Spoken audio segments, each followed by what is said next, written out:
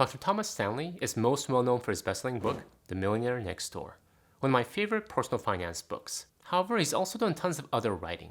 One of them, the topic of this video, the millionaire mind. Following his very successful The Millionaire Next Door, he decided that he wanted to learn more. So he surveyed many more millionaires with additional questions. He wanted to get a deeper, more comprehensive look at the millionaire mind. So without further ado, let's get into my 10 favorite lessons from this book, The Millionaire Mind. And hi, if you're new to the channel, my name is Tay from Financial Tortoise, where we learn to grow our wealth slow and steady. My number one favorite wealth lesson from The Millionaire Mind. Be wary of debt, be wary of credit. Majority of the millionaires that Dr. Thomas Stanley surveyed had a very cautious approach with debt. Many had used debt for both their businesses and to purchase high-ticket items like homes.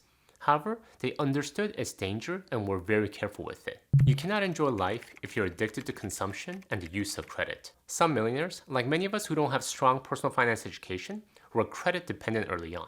But most of them eventually saw the light, broke their habit of borrowing, and were able to build a sustainable amount of wealth over time. The truth is, when we borrow to consume, it leads us to a negative downward cycle of borrowing more and more to consume more and more. It is a guaranteed path to financial ruins because we're building our lives on a house of cards. One hiccup in our income or our ability to service the debt and we're underwater. And when we're underwater, we're no longer in control of our lives. We're beholden to the bank or the financial institution that lent us that money. Millionaires understand this fact. So when it comes to borrowing money, they were super careful. Their home purchases reflect a great example of this. Many, because of their high net worth and high income, could have afforded big homes with big mortgages. I'm sure many banks would have been more than happy to give them multi-million-dollar mortgages. But most of them turned it down and opt for a smaller mortgage. Most millionaires surveyed who owned homes had no debt or very small outstanding mortgage balances. They only bought homes after they had established predictable cash flow from their established careers, and only after they felt they were qualified to do so. All great characteristics of someone who is very careful of credit and debt. The number 2 favorite wealth building lesson from The Millionaire Mind. Value learning, value education. Majority, fully 90% of millionaires surveyed were college graduates. More than half, 52%, had some advanced degrees, professional or masters. Now, this doesn't mean that they all did well in school. Not all of them had 4.0 GPAs or graduated summa cum laude. On the contrary, many actually didn't do that well academically. However, that didn't mean they didn't value education. They highly valued education, as reflected by their behavior after college. They made it a habit to continually learn and grow through books, self-study, and engaging with experts. Charles Tremendous Jones said famously, "You'll be the same person in 5 years as you are today, except for the people you meet and the books you read." If we want to grow, not just our wealth, but as human beings, we have to become lifelong learners, continuously seeking out new information, new ways of doing things, and expanding our mind. And this is so much more important in today's ever-changing world. What worked yesterday is no longer working today, and what worked today won't work tomorrow. Thus, we have to continually upgrade our mind and our abilities. And all the millionaires surveyed in Dr. Thomas Stanley's book not only knew this, but practiced it. Many that owned their own businesses were continually reading trade journals that gave them critical information about trends, competition, tactics, products, market strategies, and suppliers. Many that were in traditional professions like law and medicine were continually upgrading their skills so they could be the most competitive in their space. And when it came to money, many spent their excess time on learning about different investment types, such as stocks, real estate, and alternative investments like precious metals and private companies. Bottom line, if you want to build wealth, embrace education. Embrace learning. Embrace growth. In talking about growing, do you want to know a great tool to help you learn faster and get smarter? Let me share with you Shortform, who I'm partnering with for today's video. Shortform is a platform that produces some of the highest quality guides to nonfiction books in the market. They have thousands of books across multiple categories. Some of my personal favorites are money and finance, self-improvement, and business. And also, they don't just cover the book's key ideas, but also make related book recommendations, as well as including unique commentary. If you want to understand the world's best ideas, you won't find a better companion anywhere else. Use Shortform to quickly learn key points and gain insights from some of your favorite books. Join through my special link shortform.com/TayKim today and get a free trial of unlimited access to Shortform, plus an additional 20% discount on annual subscription. It's not only a great way to learn more and grow more, but a great way to support this channel as well when you use my link below. Alright, with that said, let's get back to the video. Number 3 favorite wealth building lesson from The Millionaire Mind. You want to truly build wealth? You don't want to just stop at learning from books. You want to learn to be good with people. Learn to get along with people. Of all the millionaires surveyed, 94% of them said getting along with people as one of the most important factors that led them to their financial success. Having technical skills is important. Being good at building something, doing complex calculations, and producing something valuable is very important. However, if we don't have good social skills, we'll hit an upper limit to our growth, both financially and socially. Having immigrated from South Korea to the United States at the age of 9, and not even knowing the English alphabet when I started second grade, being socially awkward was something that became a natural part of me. And I came to believe that some individuals were just naturally good with people. They know how to tell funny jokes, have people like them, and make friends. It wasn't until years later when I realized getting along with people, developing healthy relationships, was something I could develop. It was a skill that I could cultivate like any other. Intently listening to people was a skill I could develop. Making good eye connection and being genuinely interested in others was something we could do with focus. And adding value to other people's lives by sharing what interests them, of course, requires practice, but it's not something that some people have and others don't. We can all do it if we try. And the truth is that none of us live life in isolation. We humans are social beings. So if you want to have a healthy, productive life, both financially and socially, getting along with people is a skill that we must all develop. The number 4 favorite wealth building lesson from the Millionaire Mind. Have a positive outlook. Have a strong sense of optimism. The path to success is hard. It is not only filled with physical challenges, but our own self-doubt and worst of all, naysayers. You can't do it. You're not smart enough. You're not talented enough. Or blame it on circumstances.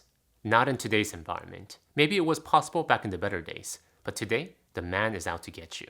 Well, the majority of millionaires surveyed learned to ignore the critics. They didn't allow negative evaluations or forecasts to weaken their resolve. They had a positive outlook. They had optimism. Thus, they pushed on and found success on their own terms. And ironically, many of them actually used the criticism to their own advantage, allowing the adversity to bring out the best in them. The resolve to succeed and prove everyone wrong. One millionaire surveyed named Mr. Warren was at best a D student. A terrible student in his own words, primarily because he was spending most of his time in college trying to make money to support his financially struggling family. Teachers told him he was not intellectually gifted, and with a bad school record, he found himself unemployable at the age of 20. However, he didn't let the setback hold him back. He decided to find his own pathway, started his own business, and eventually ended up selling his carpet business for $30 million.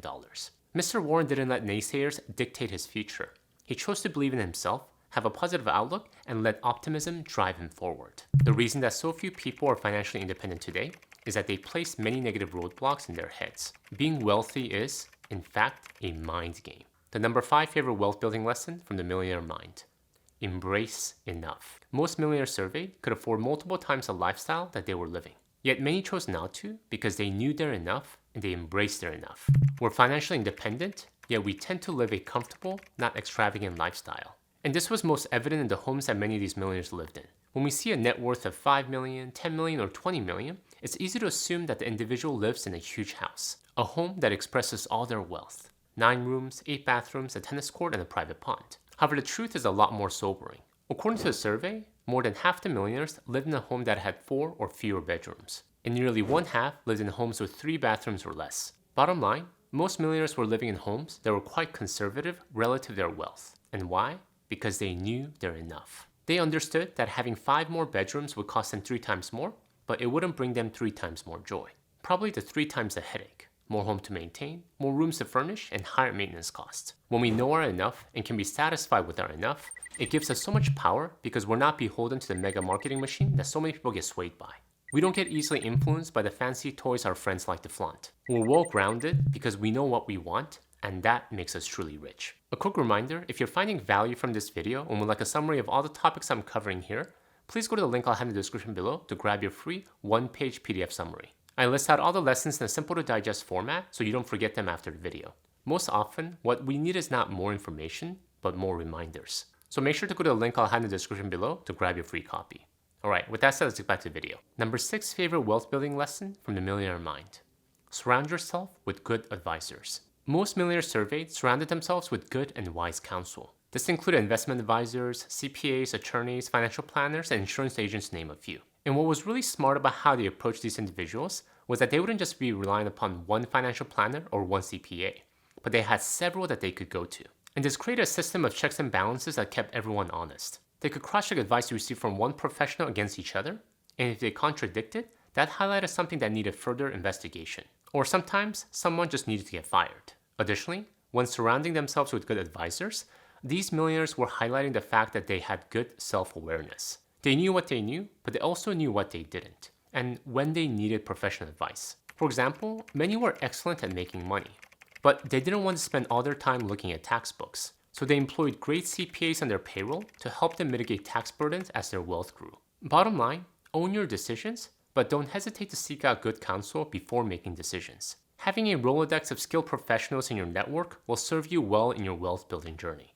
Millionaires are extraordinarily successful at producing high income and accumulating wealth. Activities that directly relate to these goals, like planning investments and consulting with advisors, normally make up a large part of their activity lists. The number 7 favorite wealth building lesson. In the theme of having good advisors, many millionaires are not do-it-yourself individuals. Many outsource, especially tasks that are not economically productive. The study actually showed that there was a very strong, statistically significant negative correlation between do-it-yourself activities and wealth. Individuals who try to do it all on their own, mowing their own lawn, do it themselves plumbing, preparing their own taxes, and painting their home's exterior had less wealth than those who had strategically outsourced. And the primary reason was because they understood the power of focusing their limited energy on making more money through their vocation than spending it on mowing the lawn, plumbing, and carpentry. Yes, most millionaires are frugal. They watch their spending and are hypersensitive about the value they receive from each dollar they spend. But that doesn't mean they don't spend when they need to.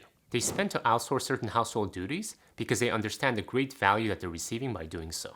If you're a do-it-yourself kind of a guy, it may be hard to let go of certain household chores. You might tell yourself, no, it doesn't take that much time to mow my lawn and paint the outside walls. However, don't just assume. Do the math. Could the time you spend on mowing the lawn be better used to increase your wealth? Could you better repurpose that time and energy towards increasing your career capital, increasing your knowledge about investing, and planning for the future?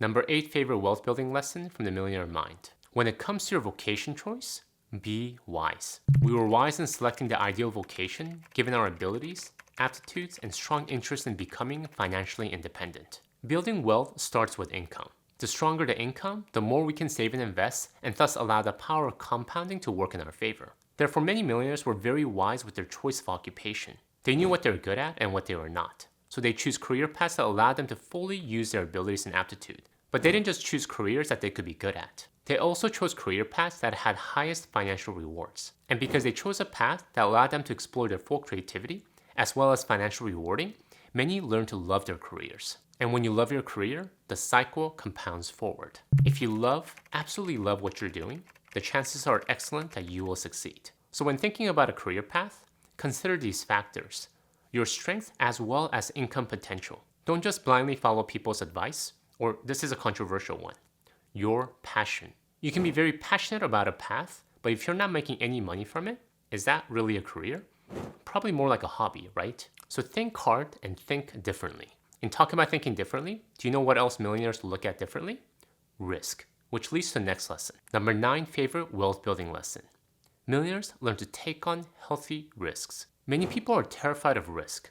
The risk that they might die in a plane crash, that they're going to lose all their hair before the age of 45, the risk that they might lose all their money in the stock market. But the truth is that most people are terrified without truly understanding the underlying risk. What the true risk is with certain endeavors. Well, not the millionaires surveyed in this book. Most millionaires not only had a very good understanding of risk and the type of risk they wanted to take, they actually took them. They knew taking healthy risks was part of the wealth building game. For example, investing in the stock market is a risky business. The market is constantly going up and down, and you have no idea how the market is going to perform the next year.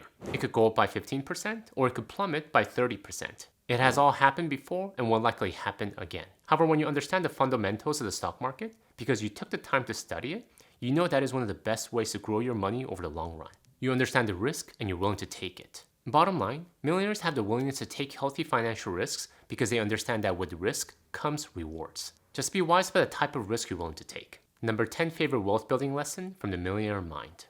Recognize that despite what money can buy, often the best things in life are free.